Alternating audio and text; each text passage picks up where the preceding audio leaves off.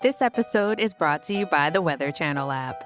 Did you know the app can help you forecast more than just the weather? With allergy tracking and flu risk mapping. So you know when to stay inside and load up on podcast. As well as air quality and UV indexing. So you know when to get outside, load up on sunscreen and podcast. Forecast more of what you love with the Weather Channel app. Hi, my name is Travis McVeigh. I'm an anesthesiologist from Dallas, Texas. I host a podcast called Thank You Notes at Ars Longa Media. Showing gratitude to people just makes me feel good, and I want to share the practice of thank you notes with everybody who listens. I write thank you notes to people and then bring them on the show to read it to them. Past guests have included my high school teachers, my friends, other physicians, and a couple of internet celebrities. I will also be doing episodes that explore the science behind gratitude practices to demonstrate to everybody the actual tangible benefits of practicing gratitude. Listen everywhere you get podcasts and check out the extras on my social media accounts. Thank you for listening.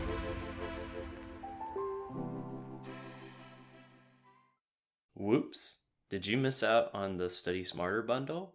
Well, if you head over to InsideTheBoards.com, we could get you early access to our exclusive online audio Q bank.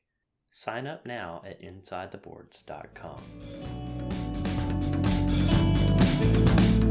Love is the cost of letting go. Love is the cost of giving in. Love is a touch in a crowded room. Love is the cost of a dance with you. Welcome to the Inside the Boards Study Smarter series for the U.S. MLE Step 1 and COMLEX Level 1, dedicated to helping you learn to think like a question writer, so you can study smarter, not harder, and succeed on your exam.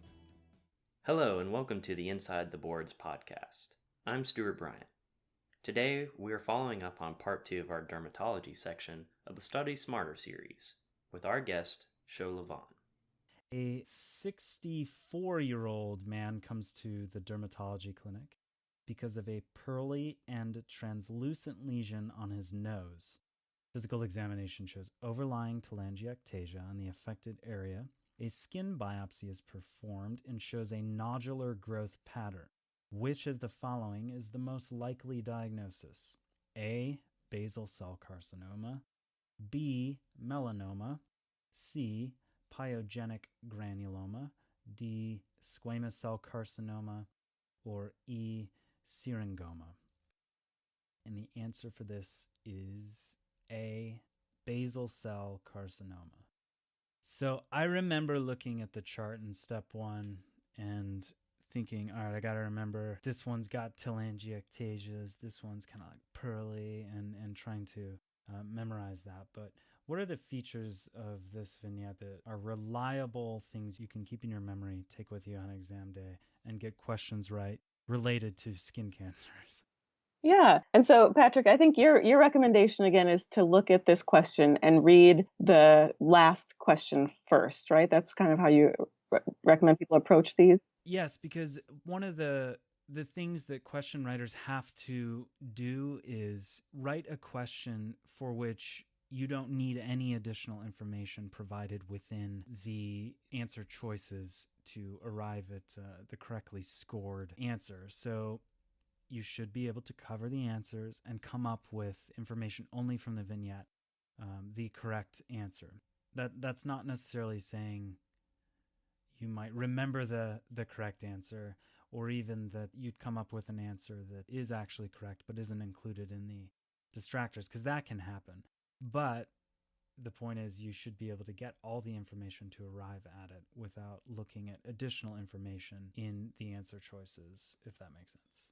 Yeah, absolutely. So yeah, cover the answers. So which of the following is the most likely diagnosis after seeing this guy with a pearly translucent lesion on his nose with an overlying telangiectasia? Yeah, and so again, we kind of talk about, I imagine, this new class of primary care doctors really needing to understand some basics about the skin. And so this is like a fundamental. Can you tell the difference between a basal cell cancer and a squamous cell cancer, or recognize either one for that matter? So a basal cell, like you said, there's a table and there's simple things that we, buzzwords for basal cells. pearly and translucent, that's a basal cell. Don't get confused with the fact that there's keratin pearls on histopathology of a squamous cell.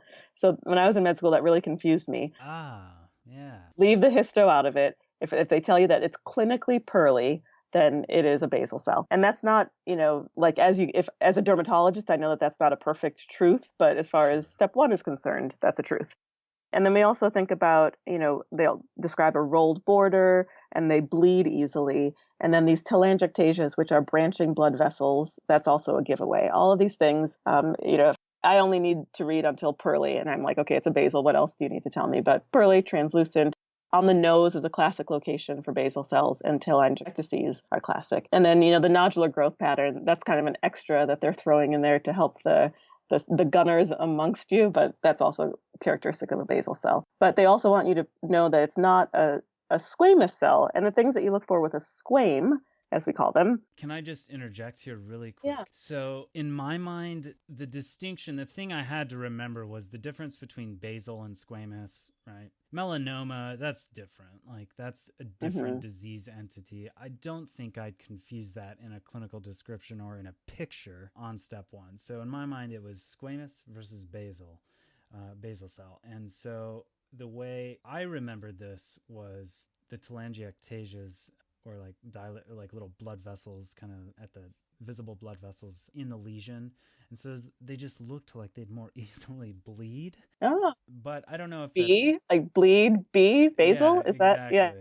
But I also, I feel like, is that something that you can take with you on the exam? Or because don't squamous cell carcinomas also have a tendency to bleed, or for the purposes of step one, perhaps not? No, they do. But I think that remembering that telangiectasias are likely to bleed, and that is associated with basal, that's helpful. But if you're looking at just if they give you a vignette that has a big bloody lesion, that could be anything. Fair enough. But then you were saying, so for squames, I'll use your lingo. Yeah, so for squames, they're going to describe them as more pink and scaly, kind of like rough textured. That's an actinic keratosis or a precancerous lesion for a squame.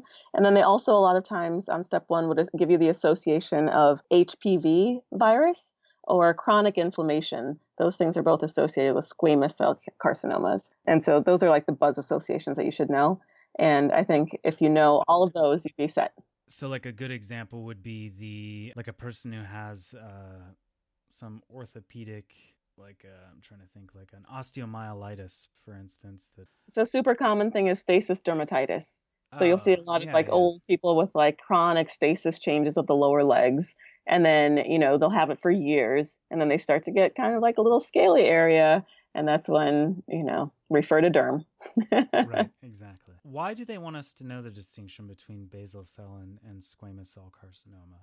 One, it's important to be able to tell your consulting physician what you think is going on.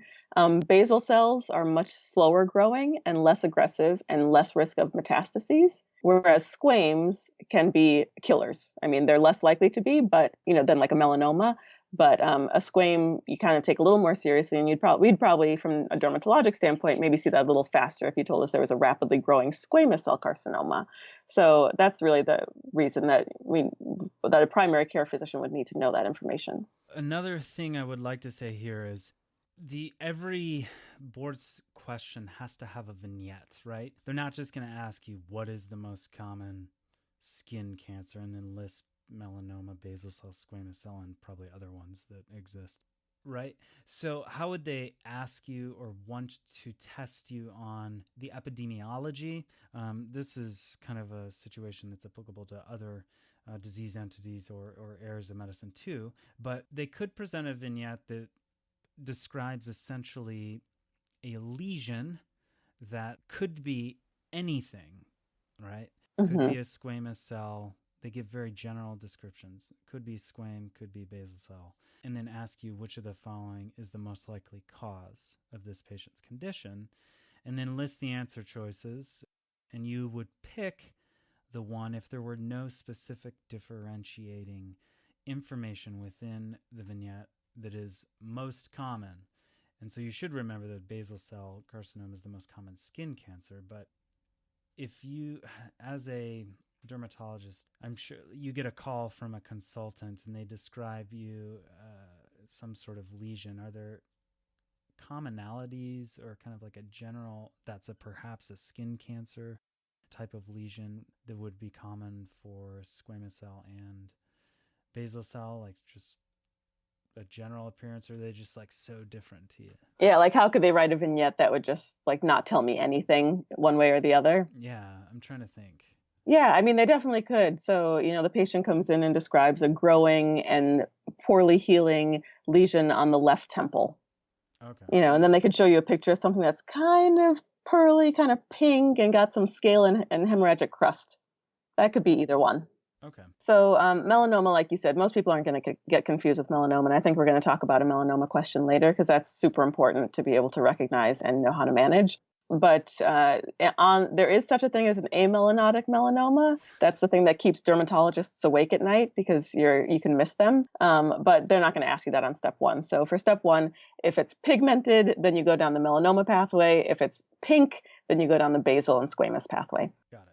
And pyogenic granulomas tend to bleed a lot. They'll be described as, like something that's very vascular, kind of looks like when you look at it, it looks kind of like a red bulge. They show you a picture. And the bleeding is usually the giveaway. And then for a syringoma, just don't even think about it. Don't give that another thought. They're not going to ask you about that. That's what I was thinking. All right, cool. All right, so next, a 55-year-old man comes to the dermatology clinic for an annual physical examination. Past medical history is significant for hypertension.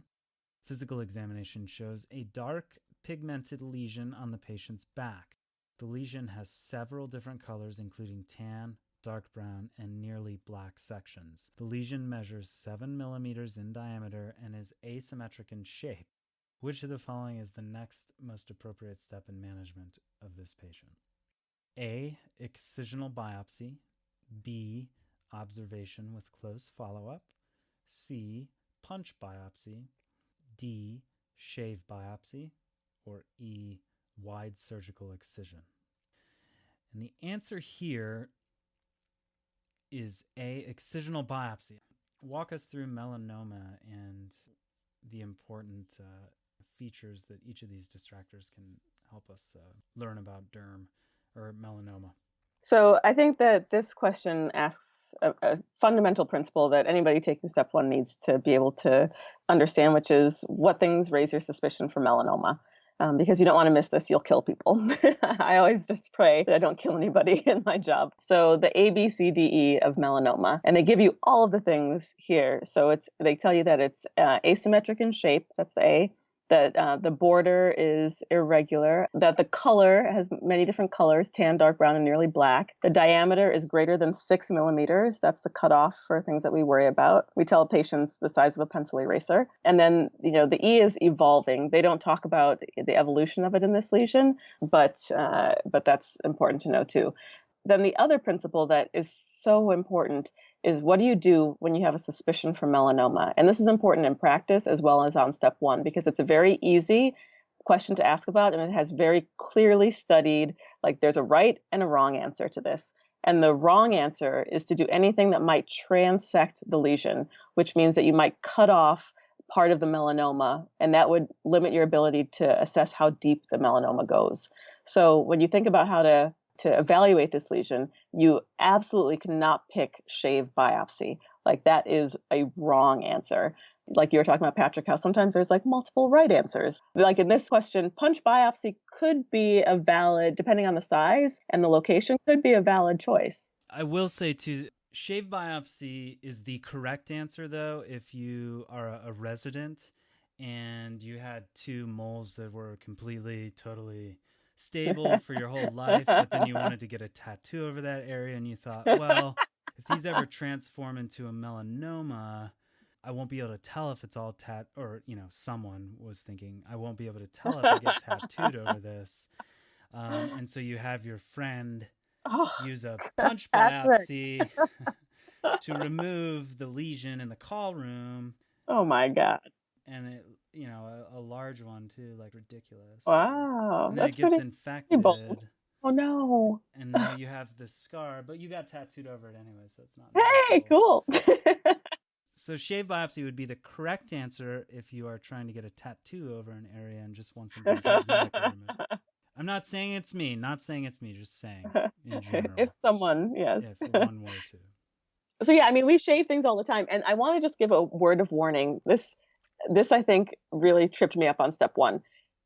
What you've seen people do in clinic, when you actually walk into the testing center, just throw everything out, because I definitely saw people shave pigmented lesions when I was, a first and second year med student, and that is absolutely wrong. So, whatever your attending kind of tells you, like, oh, we do it this way here at our clinic, just like throw that out. Go by what first aid says. All right. So why excisional biopsy?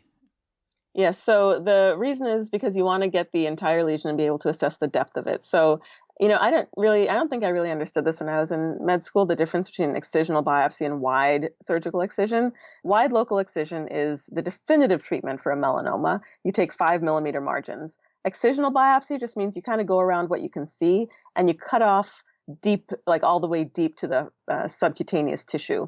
So it's kind of like a wider punch, essentially, but they're slightly different. I think that they're not going to really probably ask you, like we were talking about, Patrick, they might not ask you to be able to really tell the difference between those two, but they do want you to know that you need to cut this thing off. You cannot just observe it, obviously, and that you don't want to transect it by shaving it. A punch biopsy, we would usually, the problem with a punch biopsy, if you can imagine, depending on where you were to punch it, a punch biopsy takes a little cookie cutter core of tissue. And if you were to punch in the wrong place, again, you might only see dysplastic cells and not melanoma cells, and you might not really get the true depth of the lesion. So that's not really ideal. That's why the excisional biopsy, where you cut the whole thing out and you're really able to look at it under the microscope, is correct. Okay. All right. What else do you think would be important to know about melanoma for step one? I do remember a few, and these might be more top 1% of students need to know this, the acrolentiginous, is that correct? Acrolentiginous? There's 4 or 5 different types. Yeah, there's Do you a few think it's different important to know subtypes. any fast facts about subtypes?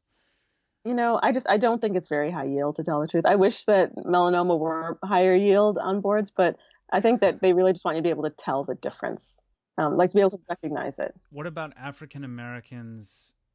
Do they have a higher incidence of the acrolentiginous? Is that correct? Yes. So that's right. And so that's kind of like a thing about being able to recognize the melanomas. So if they do give you a person, especially someone who's a minority racial group, and they come in and they have a funky pigmented lesion on the palms or soles, that's classic, right. The acrolentiginous melanoma.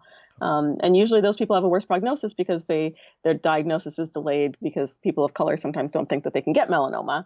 And then people aren't looking at their soles of their feet to make the diagnosis. So that is important to recognize that on step one, and also be able to say, yes, if I were to see that, again, I wouldn't just observe that. I wouldn't say, oh, that's probably just a freckle. I would biopsy. Yeah, I haven't looked at this. I don't know the last time I looked at the soles of my feet.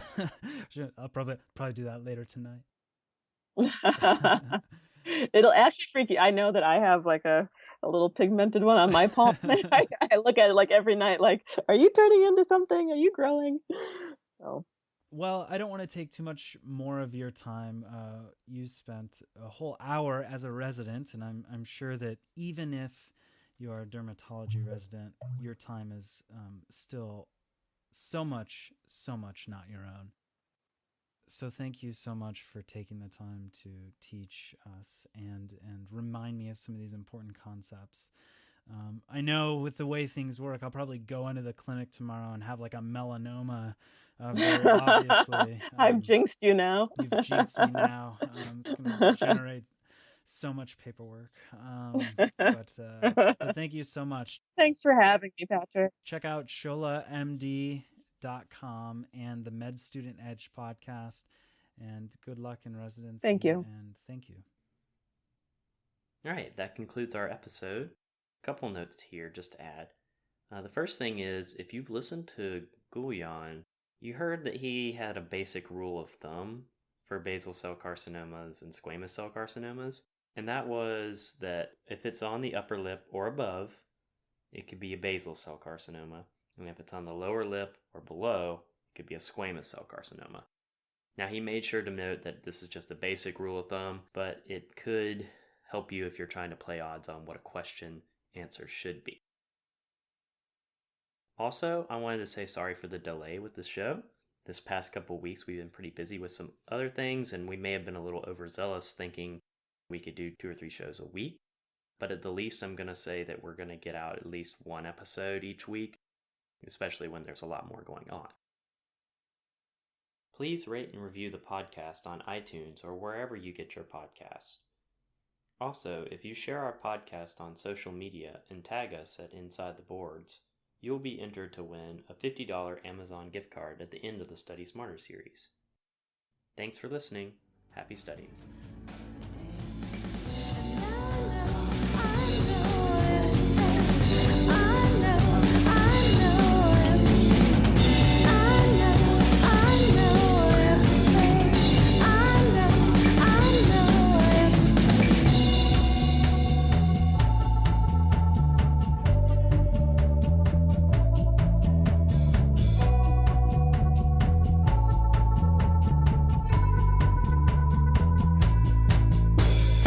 Inside the Boards is not affiliated with the United States Medical Licensing Examination, Comprehensive Osteopathic Medical Licensing Examination, National Board of Medical Examiners, National Board of Osteopathic Medical Examiners, or any other licensing or examination body. All exam names or other trademarks are the property of the respective trademark owners. Content discussed during this program is the property of Inside the Boards or the attributed owner and may not be reproduced without permission from the appropriate entity. Inside the Boards fully adheres to the respective policies on irregular behavior outlined by the aforementioned credentialing bodies. All content discussed is for educational purposes and should not be construed as medical advice.